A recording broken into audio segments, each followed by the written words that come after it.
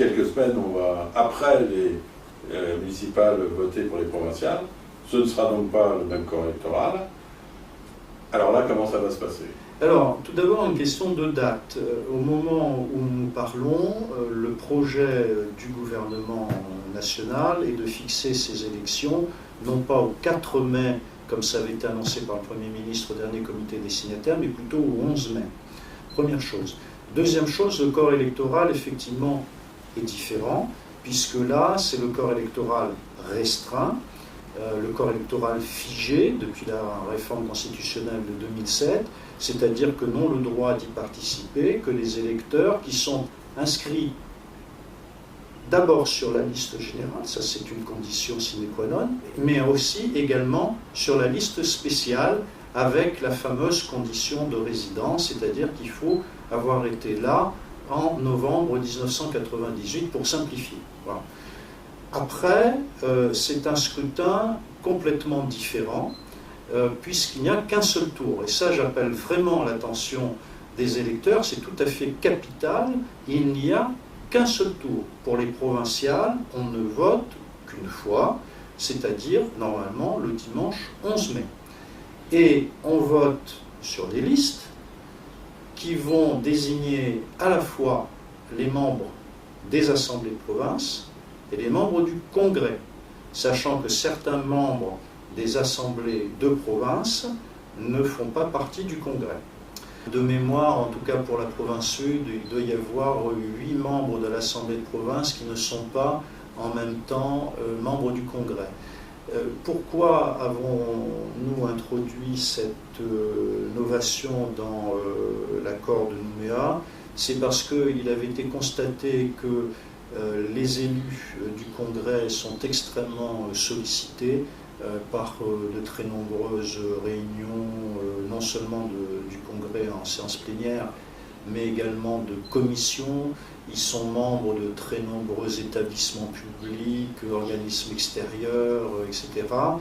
Et donc, il fallait trouver le moyen qu'il y ait au sein des assemblées de province des élus qui puissent se consacrer à l'activité des provinces.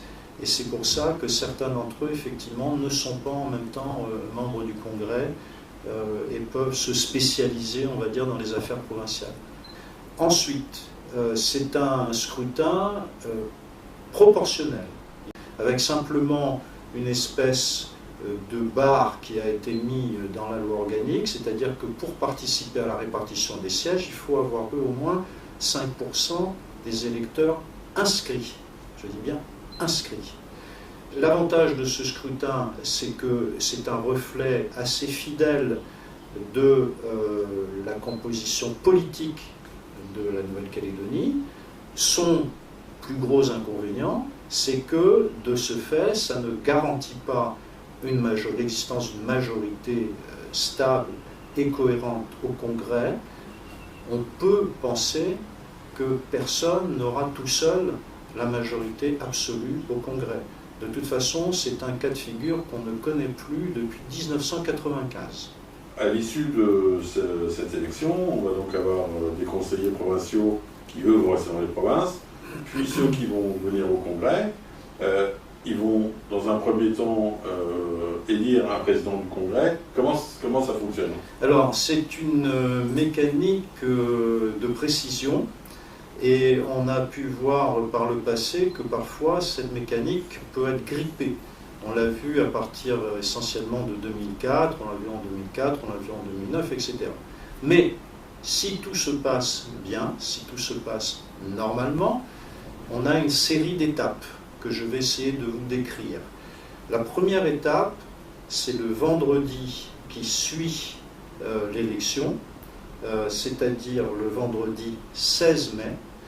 Là, ce sont les 3 assemblées de province, Sud, Nord et Île-Loyauté, qui se réunissent pour élire leur président et leur vice-président, 3 vice-présidents par province, qui constituent donc le bureau de l'Assemblée. Ça, c'est la première étape obligatoire, rien ne peut se passer avant cette première étape. Le second vendredi qui suit l'élection, donc là, ça nous mène en principe au 23 mai. Cette fois-ci, c'est le Congrès qui se réunit. Et là, le Congrès doit élire son président et son bureau. À l'heure actuelle, le bureau du Congrès compte 8 vice-présidents, 2 questeurs et 2 secrétaires. Donc ça, c'est la deuxième étape. Et ça n'est qu'une fois cette seconde étape réalisée que l'on passe à la troisième phase, qui est celle de l'élection du gouvernement.